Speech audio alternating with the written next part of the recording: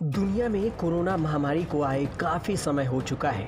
Corona virus के खिलाफ जारी जंग के बीच लोगों को सुरक्षित रखने के लिए मास्क और सोशल डिस्टेंसिंग का सहारा बताया गया था। कोरोना की वैक्सीन आने के पहले हम सभी लोग 2 गज की दूरी और मास्क है जरूरी जैसे सलाह को मंत्र मानते हुए फॉलो करते आए हैं। हालांकि ये दूरी कितनी हो, इस पर सवाल उठते रहे हैं। इस बीच हाल ही में सामने आई एक गाइडलाइंस में 6 फीट की दूरी को कोरोना से बचने के लिए उचित दूरी के तौर पर मानने से नकार दिया गया है। इसके अलावा अमेरिकी स्वास्थ्य अधिकारियों ने पहली बार स्वीकार किया है कि कोरोना वायरस हवा के जरिए भी फैल सकता है।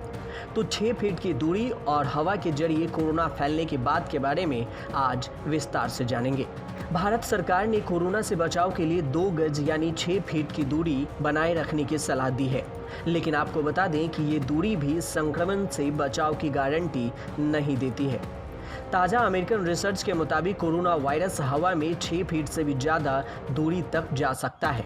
कोरोना वायरस से जारी जंग में अहम भूमिका निभा रही अमेरिकी संस्थान centre for disease control and prevention यानी CDC ने वायरस प्रसार पर एक नई गाइडलाइन जारी की है।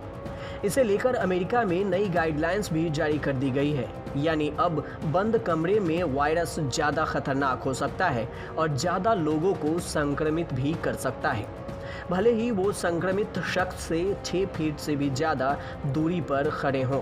नई गाइडलाइंस में बताया गया है कि कोरोना वायरस के संक्रमण का खतरा किसी मरीज से 3 से 6 फीट के भीतर सबसे ज़्यादा होता है, लेकिन कोरोना वायरस हवा में 6 फीट से भी ज़्यादा दूरी तक जा सकता है। इसकी बहुत ही महीन बूंद और कण इससे भी ज़्यादा दूरी तक जा सकती है। अगर कोई व्यक्ति संक्रमित व्यक्ति से 6 फीट की दूरी पर है तो हवा में भी मौजूद वायरस से वह संक्रमित हो सकता है। जब सांस छोड़ी जाती है तो इसके साथ ही तरल पदार्थ भी बूंदों के रूप में बाहर आते हैं।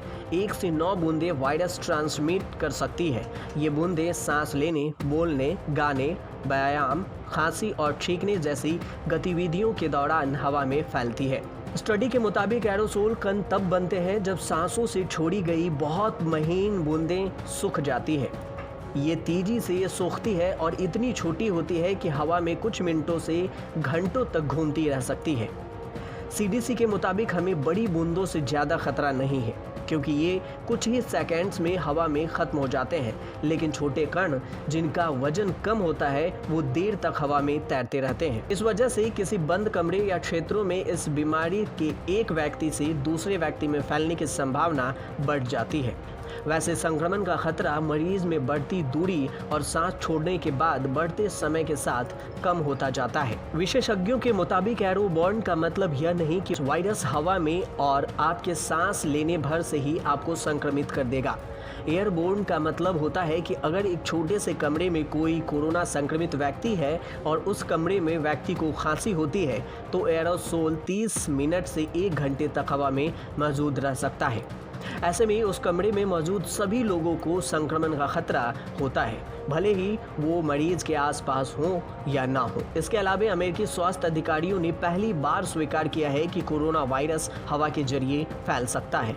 7 मई को centre for disease control and prevention ने गाइडलाइंस को संशोधित करते हुए बताया कि कैसे कोरोना वायरस हवा में फैलता है। उसमें स्पष्ट रूप से बड़ी बोल्ड अक्षर में कहा गया है कि वायु जनित वायरस सांसों के जरिए संक्रमित शख्स से 6 फीट की दूरी पर होने के बावजूद शरीर में दाखिल हो सकता है। हालांकि ऐसा भी कहा गया है कि हवा से कोरोना के फैलने की हमारी समझ में बदलाव आया है, लेकिन वायरस से संक्रमण रोकने के तरीके बदले नहीं हैं। बता दें कि पूरी दुनिया में कोरोना ने कोहराम मचा रखा है। वैक्सीन भी आ चुकी है, लेकिन इसके बावजूद भी सबसे ज़्यादा सुरक्षित रहने के लिए सोशल डिस्टेंसिंग और मास्क का इस्तेमाल समेत तमाम कोरोना गाइडलाइंस का पालन करना भी जरूरी है। आप जितना खुद को सुरक्षित रख सकते हैं रखिए और कोरोना को मात दीजिए।